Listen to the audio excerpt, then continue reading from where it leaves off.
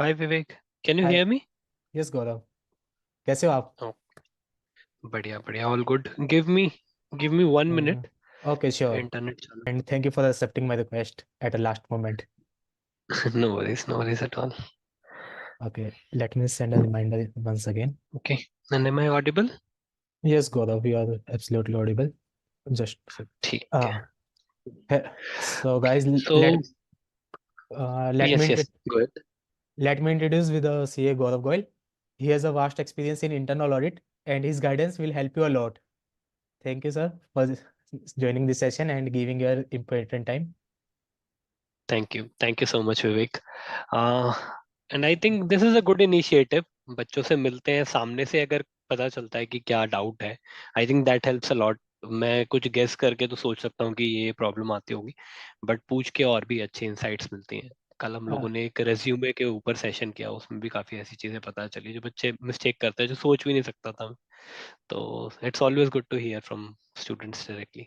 हाँ जी, मेन चलो प्लीज. गाइज, अब सेशन स्टार्ट करते हैं। सेशन में जैसे हम पहले भी सेशन लेते आए हैं, उसमें जैसे मैं क्वेश्चंस पुट करूंगा, फर्स्ट आप रिप्लाई देंगे, देन उसके बाद सीए गौरव अपने सजेशंस देंगे, जिसको आप अपनी कॉपी में नोट डाउन कर लेना प्लीज, ताकि आपके इंटरव्यू में बेस्ट आप आउटपुट दे सकें। चलिए, क्वेश्चन नंबर 1 जैसे बेसिक क्वेश्चन पूछा ही जाता है, what is internal audit and applicable limits. Firstly, let me understand, in the audience, सब आर्टिकलशिप के लिए हैं, और is there any CA qualified as well? Sir for articleship. Okay, ठीक है जी. परफेक्ट है, फिर उसी के अकॉर्डिंग आंसर्स भी सोचेंगे. ठीक है। Bhavya, would you like to take this question, or anybody else? Manya, yes Sharad. Sir. Okay, ठीक है जी. Sir go ahead.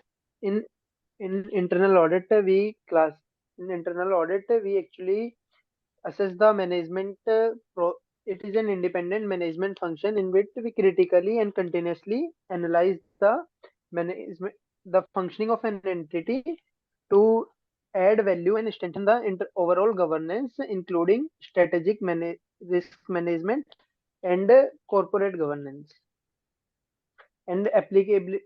Coming to applicability, we okay.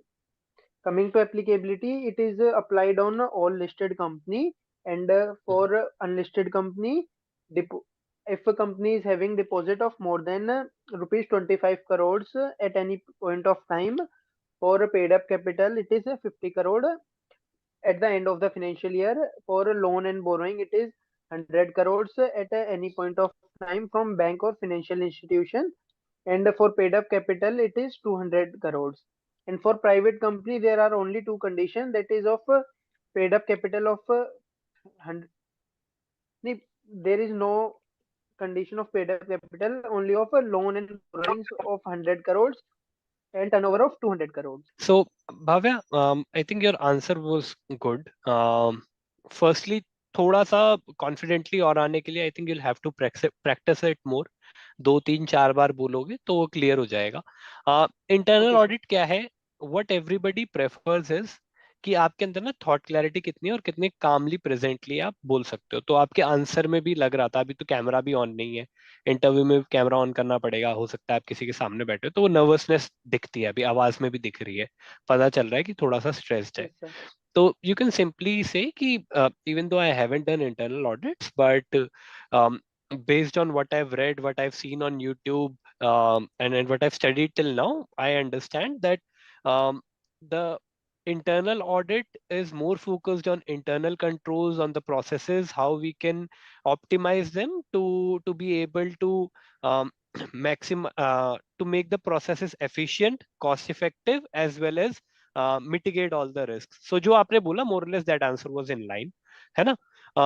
दूसरा जो लिमिट्स है ना, उसको थोड़ा सा समराइज करके, अभी अगर किसी को रिकॉल करना हो तो थोड़ा मुश्किल हो जाएगा. टीचर कैसे पढ़ाते हैं कि हम लोग बाइफरकेट करते हैं, एक तरह से सामने वाले को माइंड मैप दो, तो ना ये आंसर आपका ठीक ही रहेगा, बट उससे इम्पैक्ट अलग Yes, sir. पड़ेगा. कि मैं बोलूँ कि दो तरह की लिमिट होती है, एक पब्लिक कंपनीज के लिए, एक प्राइवेट कंपनीज के लिए. तो फर्स्टली पब्लिक कंपनीज के लिए बात करते हैं. पब्लिक कंपनीज में there are 3 criteria. There is criteria for paid up capital, there is criteria whether it's listed और नॉट, एंड ऐसे 3 क्राइटेरिया उसके बताए, and then you give the number. Similarly for private company एक क्राइटेरिया. तो जब आप इस तरह से when you put your answer forward, तो मुझे क्या है कि आप और ज्यादा इम्प्रेस करोगे। रीजन बीइंग ये रटा हुआ तो सबको है, बट हाउ टू प्रेजेंट वो आप अच्छे से कर पाए। So always keep in mind how you can put it structured. और ऐसा बताओ जैसे टीचर ने जब आपको पढ़ाया होगा तो उसने ऐसे नहीं पढ़ाया होगा कि प्राइवेट के लिए ये पब्लिक के लिए ये, उन्होंने भी इस तरीके से आपको इंट्रोड्यूस किया होगा, टेबल बना के पब्लिक का ये है, फिर नीचे 3 चीजें हैं, प्राइवेट का ये, यस नीचे सर। 3 चीजें। उसी तरह से यस। आगे पुट करोगे तो अच्छा रहेगा। Okay sir. Okay, thank you sir. काफ़ी अच्छा लगा आपका इंसाइट्स कि मगअप करने के बजाय उसको बाइफिकेशन करेंगे तो ज़्यादा बेटर रहेगा। यस। चलिए हम नेक्स्ट क्वेश्चन की तरफ मूव करते हैं। एक्चुअल में सेकंड की जगह फर्स्ट पे होना चाहिए था, क्योंकि इंटरनल में काफ़ी पूछा जाता है, take me through your CV. Okay.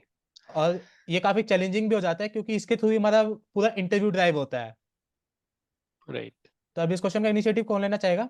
सार्थक, मान्या, कृष्णा, भव्या, आप ही। इसमें मुझे मतलब कि अपने सीवी को एक्सप्लेन करना है कि मतलब मेरे को एकेडमिक बैकग्राउंड, हॉबीज और एक्सपीरियंस वगैरह। Right. Basically, it's another way of asking, tell me something about yourself in five okay sir. minutes, okay sir. 3-4 minutes. Myself Yeah. Bhavya Singhal. I am from a small town of Haryana named Taudu. I was born and brought itself in Taudu only. I have done my schooling from Raman Munjal Vidya Mandir Shidravli Gurgaon. I opted for commerce with mathematics in plus one, and I cleared my plus two with 95%, bagging the title of school topper. And then I came to Delhi to pursue my Bachelor of Commerce degree from Shahid Bhagat Singh College, Delhi University College, among the top 10 college. And accountancy field has always fascinated me, so I thought of pursuing chartered accountancy course with my regular degree only. So I appeared for Jan 21 for CA Foundation exam and cleared it with 232 marks with 2 exemption in my first attempt. Then I started preparing for my CA intermediate examination and cleared my Group 1 examination of intermediate in November 22 with 250 marks with 2 exemptions. I was also awarded as a star performer for scoring 83 marks by Rahul Shikha Academy. Then I appeared for my intermediate Group 2 examination in November 23 and cleared it with 216 marks in my first attempt. I am a person who is eager to learn new things. Coming to my hobbies, I have a keen interest in playing, in watching movies, playing sports like badminton, kabaddi, and cricket. I also like to explore new places. That's about myself. Perfect. Perfect. That's a great answer, Bhavya. Anybody else would like to take this? मतलब एक और example अगर किसी को बोलना है तो, because ये क्वेश्चन सबसे ज्यादा कॉमन है, टेल मी अबाउट योरसेल्फ और walk me through your CV. तो एक और सुन लेते हैं, then I will give you one template which you can use. Anybody else wants to take? Ravikant, नहीं क्या? हिमांशु, सूरज, कोई और भी? Last call? नहीं सर, आप इसको बता दीजिए। चलो ठीक है। तो टेल मी अबाउट योरसेल्फ ना, you need to, I think Bhavya your answer was structured, you need to change the order. So firstly जो आपने मतलब हम लोगों ने कहाँ से स्टार्ट किया, schooling, born and brought up, so you can start with I am born and brought up in such and such city in such and such state, and then you come back to the point that I am, जो आपने last में use किया कि आई whatever you personalized it, कि I am very eager, I am very passionate to learn about new things, I am very passionate about finance, which is why I chose chartered accountancy, and then straight to academics. Academics ना हमेशा उल्टा reverse में बताते हैं। So I qualified my CA inter group 2, वो marks बताने की जरूरत नहीं, with X Okay. percentage, group 1 with Y percentage, and then इसमें ना एग्जेम्पशन इन 2 सब्जेक्ट्स ना बोलो, वो तो रेज्यूमे में आपने लिख दिया ना, with exemption in subject A and subject B, and I also managed to score 83 marks in subject B, जो भी है। तो उससे क्या उसको पता चल गया आपका ये वाला सब्जेक्ट Okay, sir. अच्छा है, Okay. एकेडमिकली अच्छे हो। I have been consistent all throughout my academics. I received, I did CA foundation with exemption, or in class 12th also I scored such and such marks, and similarly in class 10 as well. And I've been performing consistently in academics, and now I'm very inclined to basically see how all these learnings that I have gained so far actually turns into practicality, how to practically implement whatever I've studied till now and apply myself to groom myself as a professional, and to learn new skills, and to work in a professional environment, uh, so that so that I can be ready for the next challenge, and learn a lot in this journey. ऐसा कुछ करोगे तो थोड़ा सा एक personalize हो गया. And then if you want to tell about your hobbies, फिर उसको एंडिंग नोट पे हॉबी. तो फर्स्ट स्टार्ट आपने थोड़ा पर्सनल टच से किया, फिर फैक्ट्स फैक्ट्स फैक्ट्स, उसमें भी थोड़ा सा पर्सनल टच देते हुए चल रहे हैं, बताते हुए चल रहे हैं अपने बारे में कि मैं कंसिस्टेंटली पढ़ता था. I have been good in co curricular activities, I have participated in debates, in poetry, I was very active in sports. And then you can link it back to hobby as well. And since I was very active in sports in school as well, even today I am very active with kabaddi. I like these kind of sports because cricket हर कोई बोलता है, तो कुछ अलग है तो उसको भी बोल सकते हो. I like to travel a lot, I do vlogging, I do some content, and I am consistently trying to upskill myself. I am learning about generative AI, about Excel, about Power BI. So that's more or less about me. ऐसा करके कुछ तो ना, अब उसको ये पता चल गया ये बंदा अलग है. तो आपने सिर्फ सीवी वॉक थ्रू नहीं किया, अदरवाइज तो वो पढ़ ही लेगा ना. तो फिर आपसे पूछने का बेनिफिट क्या हुआ? तो आपको अपना जब भी ऐसा आंसर ओपन एंडेड क्वेश्चन मिलता है ना, कोई स्पेसिफिक क्वेश्चन नहीं पूछा उसने उसने आप कुछ भी बता सकते हो. तो ऐसी चीजें बता के चलो जिससे आपके बार आपसे उसको और बात करने को मिले. जब आपने बोला कि 2 सब्जेक्ट में एग्जामेशन आई थी, फिर उसको गेस करना पड़ेगा या पूछना पड़ेगा. अगर मैं पहले ही बता दूं कि मेरी अकाउंटेंसी में एग्जामेशन आई थी, या मेरी ऑडिट में एग्जामेशन आई थी, या मेरे 83 मार्क्स फलाने सब्जेक्ट में आए थे, तो वो रुक जाएगा. मैं अगर बोलूँ कि थर्ड टॉपर था फलानी कोचिंग का, it doesn't matter to the interviewer ना.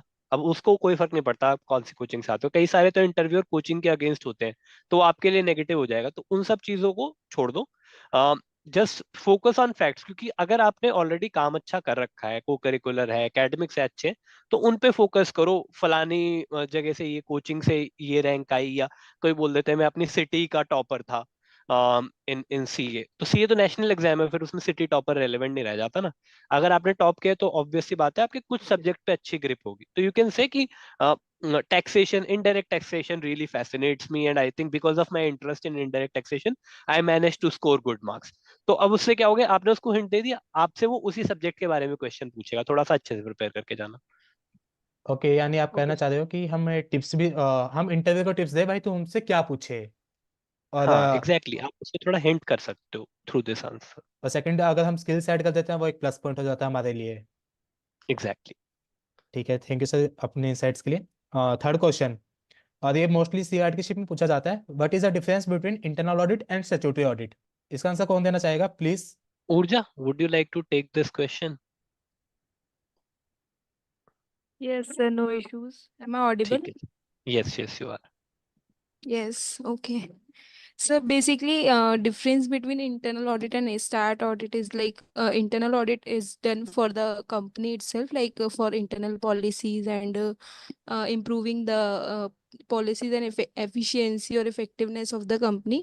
And on the other side, statutory audit is done for compliances part, like it's mandatory. Mandatory for some, like there is requirement applicability there. So according to this we have to do start audit. And internal audit is like maybe done by the employee of the company, or maybe there is an internal team which company itself hire. And a start audit is like it's done by independent person, like independent CA, or like independent CA itself.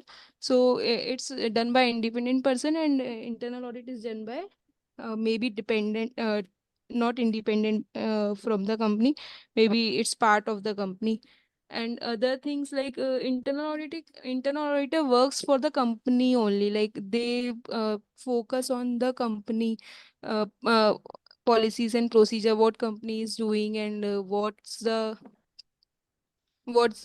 requirement, what areas we can focus and we can improve that, and what are the internal controls there, and what we should do to improve the effectiveness of the internal controls.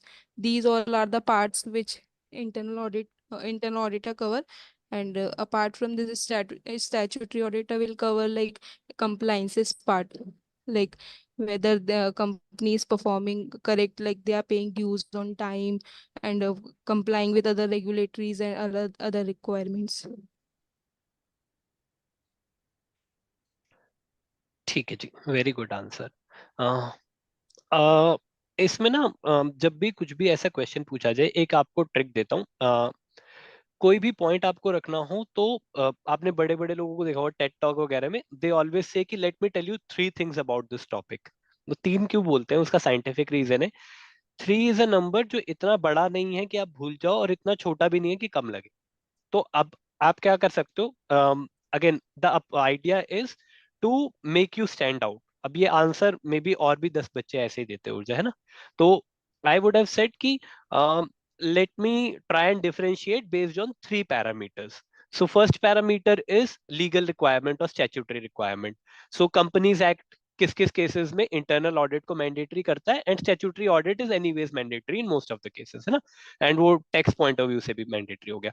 तो एक तो मैंने legal basis पे differentiate कर दिया। Then second मैं बोलूंगा independence. जो आपने इंडिपेंडेंस बोला ना, वहां पर अगर कोई एक्चुअली एक्सपीरियंस्ड इंटरनल ऑडिटर होगा तो वो आपको पकड़ लेगा। रीजन बीइंग, जो इंटरनल ऑडिटर की इंडिपेंडेंस है that is governed through the policies and process itself. Like I am in internal audit department of Nokia, तो मैं आई एम प्लेस्ड डायरेक्टली, जो मेरे हेड है, फंक्शन हेड है, she is reporting to audit committee directly. And CFO को भी report करते हैं, बट सीएफओ का डायरेक्ट इन्वॉल्वमेंट नहीं, she is reporting directly to audit committee and audit committee approves everything for her. So there is an independence deriving from there.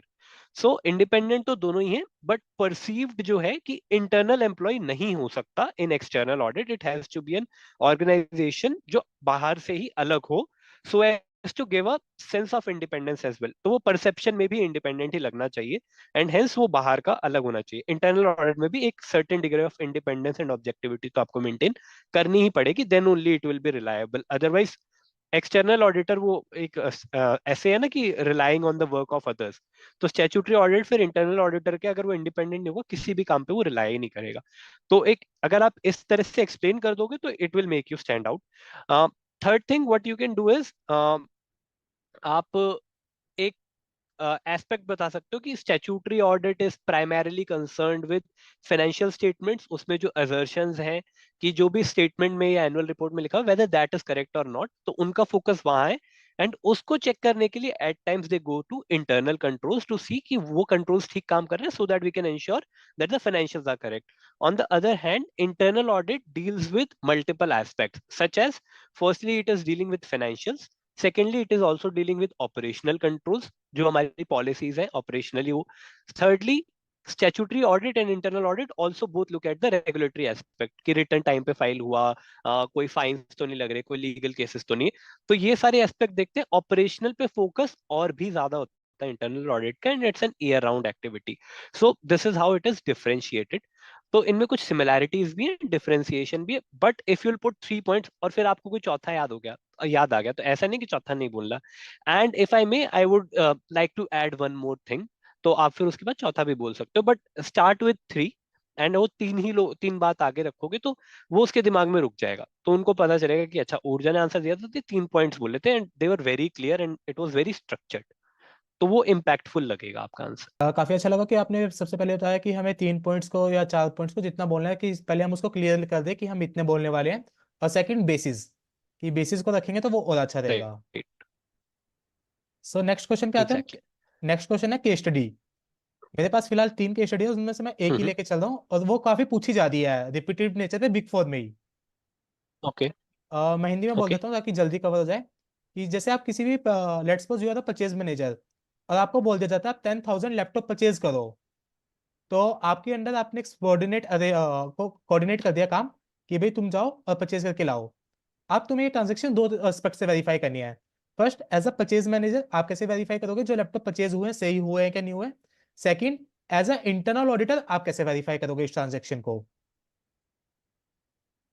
और ये same case study कई बच्चों से पूछी गई है। गाइस कौन देना चाहेगा इसका आंसर?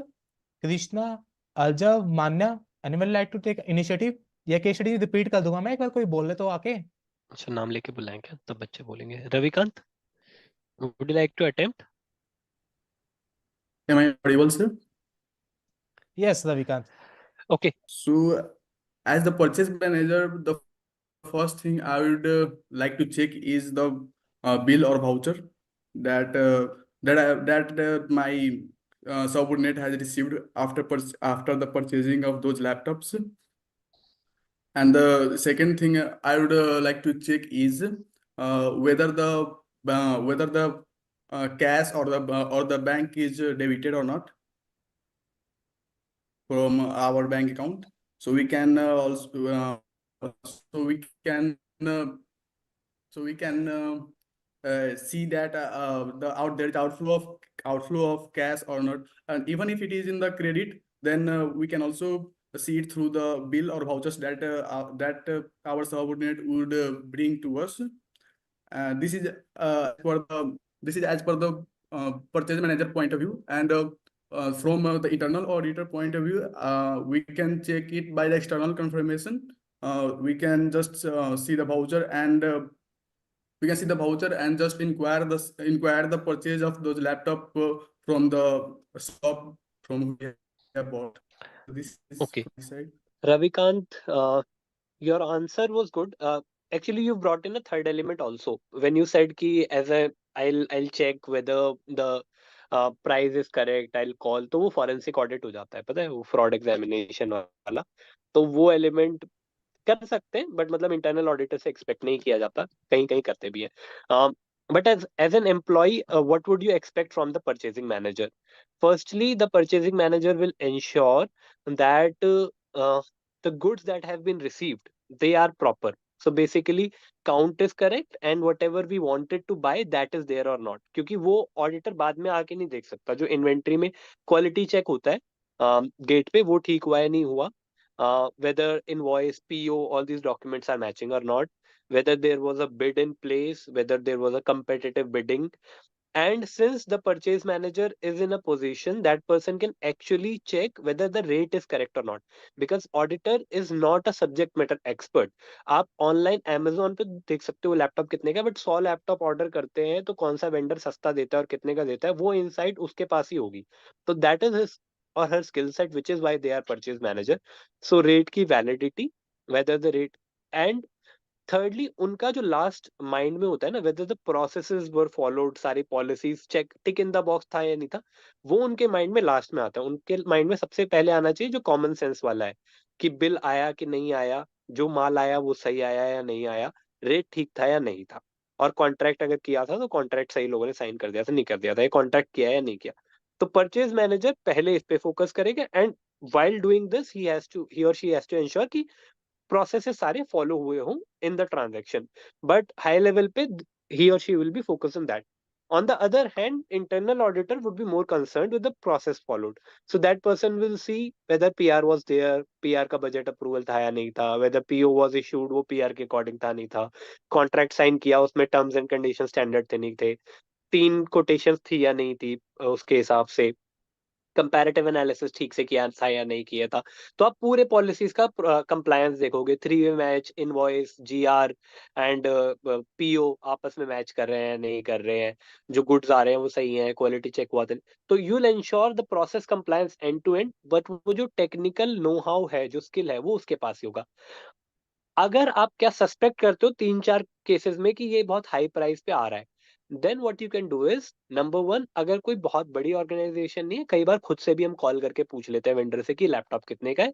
और what you can also do is, क्या नाम है, अगर ऑर्गेनाइजेशन बड़ी है तो you can put a red flag, basically you can highlight it as a red flag कि ये बहुत एबनॉर्मल प्राइसेस लग रहे हैं, and you forward that query to the fraud investigation team, ethics and compliance team. तो आप ऐसा कर सकते हैं, बट ये अलग चैनल्स हैं, कभी कभी करते हैं, हमने भी किया है ये सब कॉल वॉल, तो थोड़ा सा आपको इंसाइट्स मिल जाते हैं, वो कर सकते हो, but officially you should avoid these things. Okay, thank you sir आपके इंसाइट्स के लिए। टाइम भी एंड हो रहा है, मैं एक बार रीड दिखा देता हूँ गाइस। जैसे सर ने दिया तो कॉपी में प्लीज नोट्स कर लेना। और एक चैनल शेयर करता हूँ मैं आप सभी के साथ। क्या स्क्रीन विजिबल है? Is my screen visible to you all? Yes yes it is. ये देखो, CA गौरव गोयल का चैनल है, जी स्क्रिप्स गौरव करके। इसमें आपको जैसे हर डिपार्टमेंट के अच्छे तरीके से इन्होंने ऑडिट एक्सप्लेन किया है। CA आर्टिकलशिप के ऊपर इन्होंने काफ़ी क्वेश्चंस अच्छे तरीके से एक्सप्लेन किए थे। तो रिकॉर्ड टू रिपीट प्रोसेस हो गया, human resource process, production and maintenance, जिसके अंदर जैसे आप ऑडिट के लिए आप जाते हैं इनिशियल डेज में, या आप कभी भी किसी पॉइंट पे स्टक हो जाते हैं, तो गौरव गोयल आपको हमेशा साथ देंगे। आप इनसे कभी भी क्वेश्चन, चाहे आप कमेंट सेक्शन हो, लिंक्डइन हो, कभी भी आप इन्हें रीच आउट कर सकते हैं। और बहुत वीडियोस के लिए काफ़ी इंटरेस्टिंग वीडियोस बनाते हैं। और जो जो इन्होंने सजेशंस दिए हैं प्लीज़ उनको फॉलो कर लेना। और क्वेश्चंस तो बहुत थे हमारे पास, टाइम लिमिटेशन के कारण मेरे को यही एंड करना होगा। और मैं अभी आपके साथ एक लिस्ट शेयर कर No. देता हूँ क्वेश्चंस की, वो अटैच कर देता हूँ, प्लीज़ उन्हें रेफर कर लेना इंटरव्यू में जाने से पहले। Sure. And And if you want, on LinkedIn, you can connect and either with me or with Vivek or with both, and then वहाँ पर भी हम लोग बात कर सकते हैं. थैंक यू सर, आपने बहुत इंपॉर्टेंट टाइम दिया, और ये सेशन अच्छा रहे। Thank you so much, Vivek, and और thank you so much everyone for joining in and for your Thank you, responses. sir. So guys, चलो मैं अब लिस्ट शेयर कर देता हूँ क्वेश्चंस की, जिसे आप रेफर कर सकते हैं। और ये मोस्टली इंटरव्यू में रिपीटेड नेचर के होते हैं। सबसे पहला क्वेश्चन जैसे हमने कवर किया है, take me through your CV. आपका सीवी एक्सप्लेन करना है या डिस्क्राइब मी योरसेल्फ, इसका अदर पार्ट होता है। ये थोड़े टेक्निकल वर्ड्स होते हैं आपको कंफ्यूज करने के लिए। What is internal audit and applicable limit, ये भी हमने कवर कर लिया है। फैमिली बैकग्राउंड के बारे में पूछ सकते हैं। काइंडली शेयर डिपार्टमेंट, जैसे अगर कोई एक्सपीरियंस पर्सन है तो आपने कभी ऑडिट किया तो उसका एक्सपीरियंस पूछ सकते हैं। या आपसे लेमन लैंग्वेज में पूछ सकते हैं कि अगर हम आपको भेज देते हैं परचेज का ऑडिट करने, या सेल्स का ऑडिट करने, या ह्यूमन रिसोर्स का, तो फेयर आइडिया लेके जाना। आपसे पूरा एक्सपर्ट नॉलेज नहीं एक्सपेक्ट की जाएगी, बट हाँ बेसिक चीज़ें आपको पता नहीं चाहिए। जैसे एचआर में क्या होता है, एक पर्सन है वो ऑन बोर्ड होगा, फॉर्म फिल करेगा, फिर उसकी सैलरी प्रोसेस होगी। सैलरी के लिए सबसे इंपॉर्टेंट कैलकुलेशंस होती हैं कि लीव्स का कैलकुलेट किया है कि नहीं किया, उन सब चीज़ों को। कॉमन रिस्क पूछ लेगा कि एचआर डिपार्टमेंट में कॉमन रिस्क क्या होते हैं, परचेज में कॉमन रिस्क क्या हो सकते हैं, सेल्स में कॉमन रिस्क क्या हो सकते हैं। तो इस तरीके से। अच्छा, एक केस स्टडी बहुत पूछी जाती है कि वेंडर जेन्युइन है कि नहीं है, इस तरीके से। आईएफसी में हम सैंपल्स कैसे लेते हैं, फ्रेशर्स के लिए क्वेश्चन कम एक्सपेक्टेड है। एक्सपीरियंस ने जिसने अपने सीवी में लिखा कि मैंने आईएफसी किया, उस पर श्योर श्योर 100% क्वेश्चन पूछा जाएगा। आईएफसी एंड आईएफओ में क्या डिफरेंस है, ये केस स्टडी जो पूछी गई थी। Let's suppose that company which is a listed entity, कि आपको एक पीवी के लिए भेज देते हैं फिक्स्ड एसेट का, और उसका बेस है 10,000 करोड़ का। तो और आपके साथ 3 लोग हैं, तो आप कैसे उसको पीवी को नेक्स्ट 3 मंथ्स में कंप्लीट करेंगे। सबसे पहले इसके अंदर ही क्रॉस क्वेश्चंस थे कि आप उसका सैंपल्स कैसे लेंगे, और वो सैंपल्स किस बेस पे होंगे। और भी क्वेश्चंस जैसे आप रिप्लाई देंगे वैसे वैसे वो सामने वाला क्वेश्चंस पुट करता रहेगा। नेक्स्ट केस स्टडी क्या है, जैसे हमने इंटरव्यू में कवर कर लिया है वैसे ही है, कि एक परचेज मैनेजर है, 10,000 लैपटॉप के लिए बोल दिया जाता है, तो आप कैसे वेरीफाई करेंगे एज ए इंटरनल ऑडिटर, आप कैसे वेरीफाई करेंगे। अ, आप अगर हम आपको शॉर्टलिस्ट कर लेते हैं तो ट्रैवलिंग कैसे मैनेज करेंगे, ये टेक्निकल होता थोड़ा, इसको देख के मैनेज करना। ओपिनियन इन ऑडिट रिपोर्ट, ये वैसे स्टैट्यूटरी ऑडिट के पॉइंट ऑफ व्यू से आ जाता है, बट ये पूछ लिया जाता है। अ, जैसे आपको एंट्री पूछ ली कि भाई मैंने एक एफडी करवाई है, तो उसकी मेरे को जनरल एंट्री बताओ 31 मार्च को। और अगर आप मेरे को टीडीएस के इम्प्लीकेशन बता देंगे वो मेरे लिए अच्छा होगा, अच्छा रहेगा। ये बात इंटरव्यू बोल देता है, इट मीन्स वो आपकी नॉलेज टेस्ट कर रहा है। अगर आप उसका वो बोल दोगे कि भाई हाँ मेरे को सेक्शंस पता है, अच्छी तरीके से बता दोगे सब चीज़ें, तो वो आपको शॉर्टलिस्ट जल्दी कर लेंगे। टू एक्सेल फंक्शंस जो आप सीख रहे हैं, मेजरली इन्हीं में क्वेश्चंस घूम जाते हैं हमारे। तो आप इनको प्लीज़ रेफर करके जाना। और टैक्स में अगर आप सीए स्टूडेंट्स हैं, सीए एस्पिरेंट्स हैं, तो आपसे जैसे आपका टीडीएस हो गया और पीजीपी हो गया, इन दो चैप्टर को अच्छे तरीके से पी जाना, क्योंकि 194 जे मोस्ट पूछने वाला सेक्शन है। क्यूब बहुत ज़्यादा पूछा जाता है। ये 2 सेक्शंस तो है ही है, वैसे पूरा टीडीएस में से कुछ भी पूछ के खड़ा हो जाएगा। और आपको टीडीएस आता होगा तो आपका कॉन्फिडेंस बिल्ड होएगा। इसके बाद पीजीपी में आते हैं। पीजीपी में सबसे ज़्यादा पूछा जाता है डेप्रिसिएशन के रेट्स, एडिशनल डेप्रिसिएशन कब क्लेम कर सकते हैं। और वो आपसे पूछ लेगा कि कुछ टैक्स मेरे कैश बेसिस पे ला होते हैं एक्सपेंसेस, तो वो एक्सपेंसेस का नाम बताइए। या कुछ 1-2 क्वेश्चन और पूछ सकते हैं, माइनर माइनर ही रहेंगे। मेनली टैक्स में मेरा टीडीएस और पीजीपी ही रहता है। और जीएसटी में मेरा ड्यू डेट्स पूछ लेगा रिटर्न्स की। या जो आपका श्योर श्योर पूछा जा सकता है सेक्शन 17 सब सेक्शन 5, कि आपका इनपुट टैक्स क्रेडिट कब और कहाँ ब्लॉक होता है। और जब भी आपका इंटरव्यू होए, अब मेरी एक रिकमेंडेशन ये रहेगी कि आप एक एक्सेल शीट को मेंटेन करना, वहाँ पे ऊपर लिखना कि मेरा फर्स्ट राउंड हुआ है, फर्स्ट राउंड में मेरे से ये क्वेश्चन पूछे गए, सेकंड ये। क्योंकि इंटरव्यू में क्या होता है, आप किसी भी डोमेन का दे दो, आप इंटरनल स्टैट, और आपको करियर उसमें ही बिल्ड करना है, या आपको रेफरेंस के लिए, तो वो क्वेश्चंस आगे हेल्प कर रहेंगे और वो लिस्ट आपकी बिल्ड करती रहेगी। अभी जैसे मैंने अपनी बिल्ड कर रखी है, मैंने अभी कुछ बच्चों से पूछा है, तो उन्होंने मेरे को काफ़ी हेल्प की है इसको बनाने के लिए। जैसे अभी आ गया इंटरनल ऑडिट का प्रोविजन क्या है, मैंने एक जगह आंसर्स लिखे रखे हैं ताकि कभी इंटरव्यू होए। और मैंने जब अपना इंटरव्यू दिया था तो इससे काफ़ी मेरे को हेल्प मिली थी। अब लेकिन इसमें कुछ ऐड करते करते तो थोड़े हाई लेवल के भी चले गए हैं।